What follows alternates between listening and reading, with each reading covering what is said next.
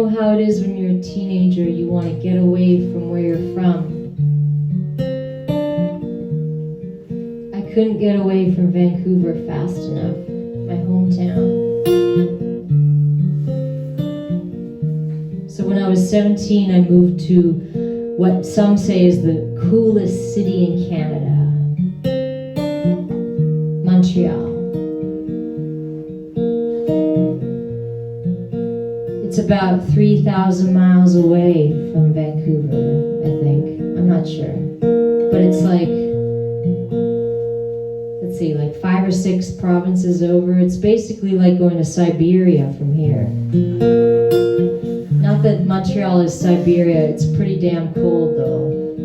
My nose hairs froze, it was minus 30. I wore a sleeping bag probably for 5 years during the winter, and then barely anything in the summer because it's so bloody hot there in the summer. And I wore a big fur hat. And all the Hasidic Jews thought I was one of them until they got close enough. No, I'm not one of you, but my ancestors maybe.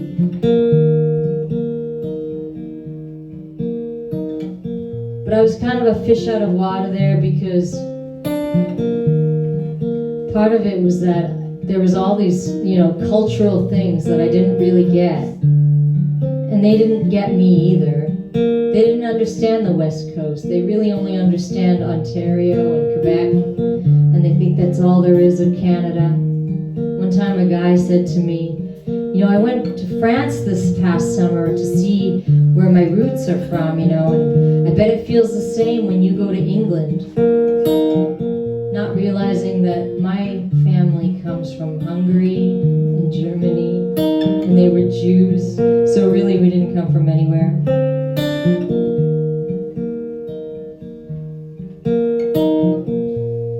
And I could conjugate, which sounds really dirty, but it's kind of boring. I could conjugate all my verbs. I knew feminine, masculine. I understood all the grammar, but I could not speak French at all. And people looked at me funny, like I'd go back home, you little English girl.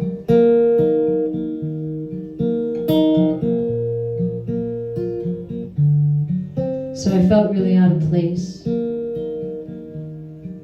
But it was there that I actually went on stage for the first time and sang in front of people, and that felt really amazing. And I'd go to this place called the Blue Angel, and I'd see old-time country. And I learned about Hank Williams. And I had a radio show called The Great Works of Country and Western Civilization. And I got closer to my musical dream.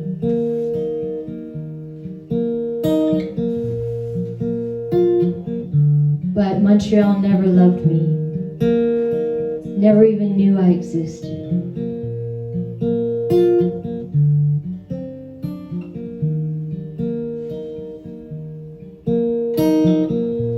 But I was still shooting up for the moon and the stars, even though I didn't know how to get there. And sometimes you fall on your face when you reach that high. But failure's all right if you learn and you get back up again and you reach higher.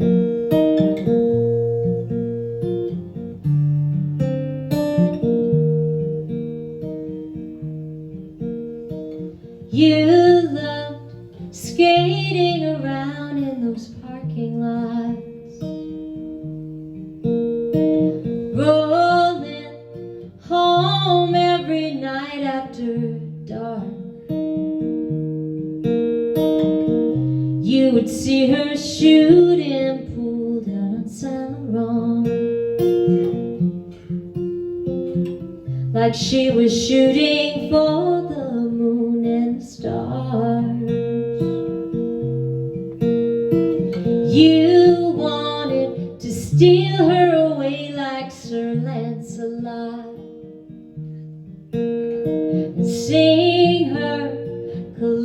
her songs in the park. But she was always shooting pool down on San Laurent. So you were shooting for the moon and the stars, and the stars.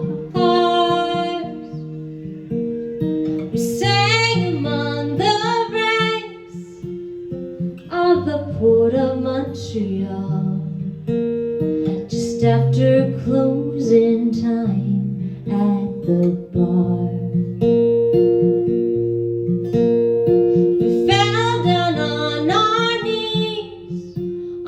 Steps of the oratoire, just two in the hairdo we think we are,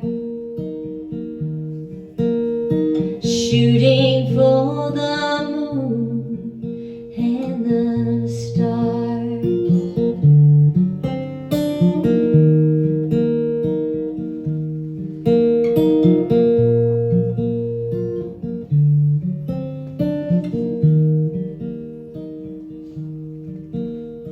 You fell too many times in that parking lot. You got tired of counting your scars. Monday morning back at school at Loyola Hall, you were dreaming of the moon and stars. You started to give away all those things you bought, and traded your skateboard for a guitar. You decided to quit school. You said fuck it all, for you were dreaming of the moon and stars, and the stars. We sang among the ranks to an old-time country song, sheltered by the Blue Angel Bar. We spoke in broken French, so we never could belong, just two in